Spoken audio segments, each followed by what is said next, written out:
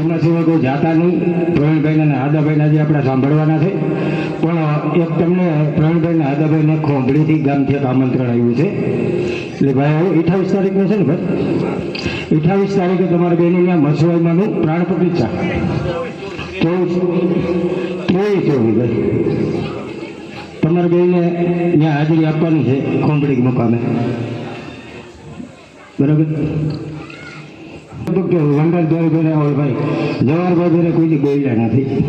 એટલે હવે આદાભાઈને પહેલાં આપણે પ્રવીણભાઈને સાંભળી લઈ, પછી આદાભાઈને આપશું, બરાબર. તો હવે આપણી જોરદાર તાલીઓથી બતાવો પ્રવીણભાઈને. આપણી સમક્ષ આવે પ્રવીણભાઈ.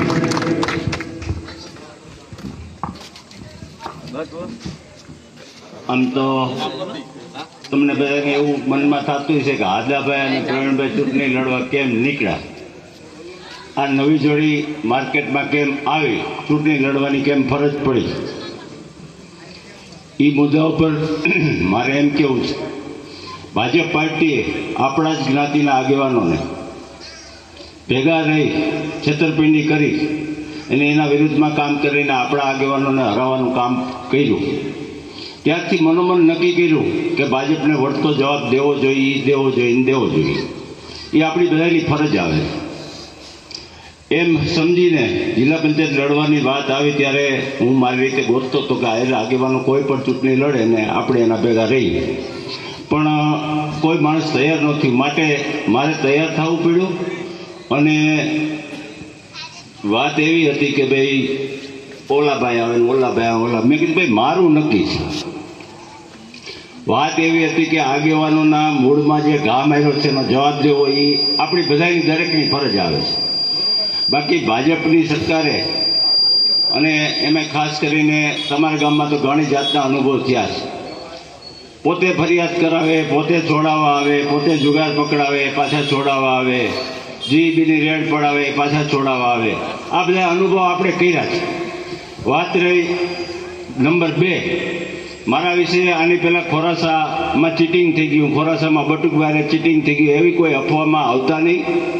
મેં કોઈ ચીટિંગ કર્યું નથી, મેં કોઈ યારે ગદ્દારી કરી નથી. બટુકભાઈને પણ મેં 1000 મતની હા પાડી હતી ને 1005 મત અપાવ્યા હતા. એ તમારી સામે મારું પ્રૂફ છે.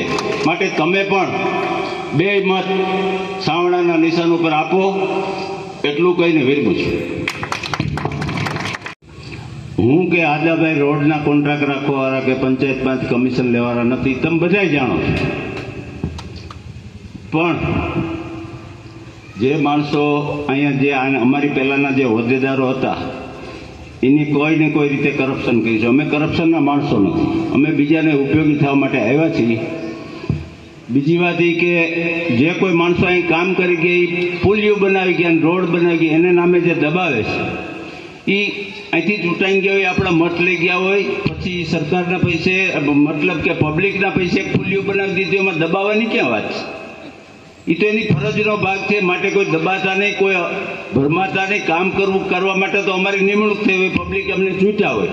કોઈ એમ કે મેં તમારું આ કરી દીધું, મેં તમારું આ કરી દીધું, વાત ખોટી છે. તમારો હક થાય છે અને ગમે ત્યારે આવજો.